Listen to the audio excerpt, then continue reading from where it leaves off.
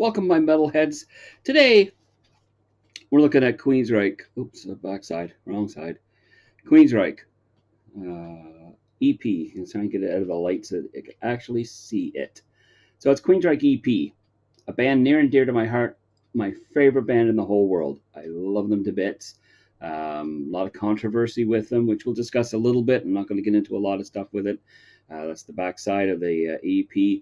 This particular EP was a re-release or a reissue, if you will. So it has the Prophecy as the fifth tune. Originally was only the first four tunes: Queen of the Reich, Knight Rider, Blinded, and The Lady Wore Black. Again, as I say, reissued with the Prophecy on it. So a little history about Queensryche, and we'll go through it quickly because if I go through the start to finish, this video will be about 8 hours long. And I know you don't want to sit and listen to me for 8 hours. So the foundations of Queensryche began in early 1970s, or sorry, late 1970s with Michael Wilton starting a band called Joker.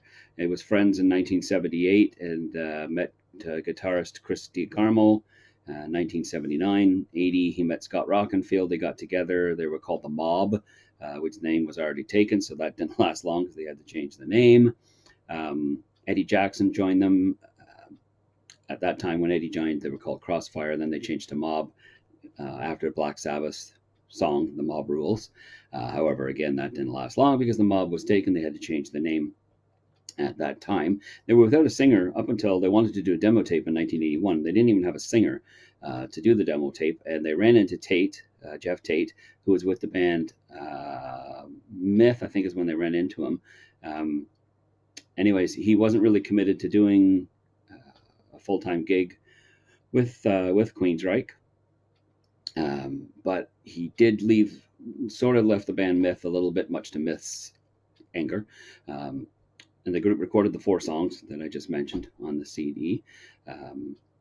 For an entire year, they waltzed the CD to all major record labels to no avail. Nobody wanted anything to do with them. Said their music was too out there. Nobody wanted to hear a man sing like a woman. Interesting, true, but sad. So finally, they ran into a couple named Kim and Diana Harris, who were owners of Easy Street Records, who said, yeah, sure, we'll give you a shot. We'll give you a try. Thus the demo. They modified the name. They got the name Queensryche from Queen of the Reich, modified the name and stuff. They didn't want to sound too Nazism because Nazis are bad. And they decided to change the name. So during Here in the Now Frontier in 97, 98, Chris DiGarmo got bored with touring, bored with playing, not really what he wanted to do anymore. So he announced that he was leaving Queensryche, which was incredibly sad because DiGarmo is an incredible guitar player. I mean, incredible. So he left the band. During that tour, Tate got sick, quite ill, and they had to cancel a ton of dates, which didn't go over very well either. And then with Chris leaving, even was worse. And Chris now is a full-time business jet pilot. I think he's an airline pilot. So he's getting tips from Bruce Dickinson as to how not to crash your plane. So some of the downfall for the band, really, they had a meeting on April 12th, I think it was 2012. Tate did not attend. The band fired both Tate's stepdaughter, Miranda, from running the fan club, the Queensryche's fan club, and his wife, Susan, who was their band manager since 2004, 2005. The reasons were in the last 3 years, basically, it came to the point that they didn't have a voice in the band anymore. It was all run by the singer and his manager. So Jeff's ego had taken over. He was running the band. The band wasn't happy with what was going on, weren't happy with the direction the music was taking. And again, Jeff's ego was way too big for the band. It's sad. So I guess there was a huge fight at one of the concerts. There were punches thrown by Tate. He threw a drum set or something of that nature. He spit on Rockenfield and Wilton. They said they could no longer work with him because he's a lunatic. So the band met on June 5th and said, you know what, you're done with Jeff Tate. You're out of the band. So Tate got kicked out. And although Tate continued to go on and call himself Queensryche, there was a huge lawsuit involved because the original members wanted Queensryche. He wanted Queensryche because he was he thought it was his band, being the lead singer, even though he wasn't a founding member of the band. So anyhow, there was a lawsuits and lots of stuff. So he became Geoff Tate's Queensryche, and Queensryche became Queensryche. Picking up vocalist Todd Letarte, who you would think was a Geoff Tate clone. It's kind of frightening. Letarte was in Crimson Glory at the time when he left. So that's just a short synopsis, if you will, of the band. Today, the band's still going. Geoff Tate has lost his vocal range. Now, Tate had an incredible range, just an incredible range for his vocal talents. Back when the EP was made, he was like an F#1 to a G#5, something of that nature, that he could just belt the tunes out. Now, having said that, using your vocal cords and a lot of head voice, as Geoff does, vocal cords are muscles, and muscles wear out after a while. And if you abuse your voice as long as Geoff did, and I say abuse because he never held anything back. There is a tape, or it's on YouTube, their concert in Tokyo.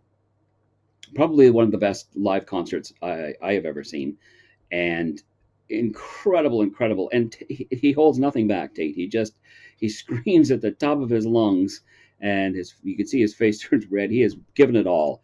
But you can't do that day in and day out forever, right? As long as you do. And today, he's really lost a lot of his range. His lower range, he's got a lot of, but for the high notes, the G5s, G#5s, he's lost that. He just can't do it. But for the D3s and the D2s and those lower range vocals, he's still got those. And he uses those. And most of the stuff he sings now is that. He very rarely will try and hit the high notes because it's painful, and he's just damaged his chords beyond being able to sing that high, which is really unfortunate because I love Geoff Tate, my favorite singer of all time, and my favorite band of all time is Queensryche.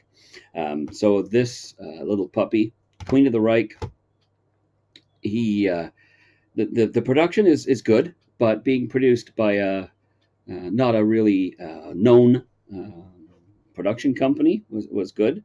Queensryche did actually, they're credited with the actual production of the EP. They produced it. So Queen of the Reich shows the talents of the band as a band and individually. Like Chris Diagarmo on guitar, the solos are out of this world. As I said, Geoff's voice is, there's no flaw in it. It is just priceless. Night Rider is a very chugging, very cool tune. Lady Wore Black is a very dark, slow moving start to the tune.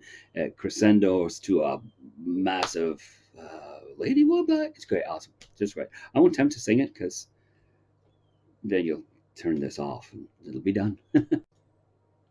So in closing, I'd just like to say, Queensryche being my favorite band of all time, it's sad what's happened to Queensryche. I wish they could have stayed together forever and been awesome. However, all good things have to come to an end. However, as this video has to come to an end.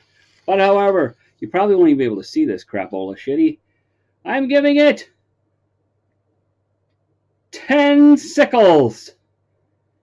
10 out of 10 sickles, because that shit rocks. Queensryche, great band. I would recommend you picking up this in particular and the next 2 or 3 albums up to Empire. Kind of goes downhill here in the afternoon. Not so great. Anyways, I mumble a lot and I love mumbling. Anyhow, if you love this video, hit the like button.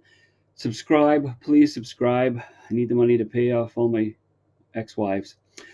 And hit the notification button so you know when I'm downloading a bazillion videos. And leave a comment. Maybe we'll discuss something together. Maybe more Queensryche. Obscure bands that you've never heard of. I'll see what I can find about them. And remember, in the immortal words of Max Jackson, I have to take my glasses off for this. If you don't play a sport, be one. Peace out.